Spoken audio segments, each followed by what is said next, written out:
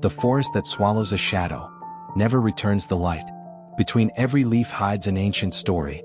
Even today someone walks that path, walking without a shadow. In the heart of the woods lies a silent pond.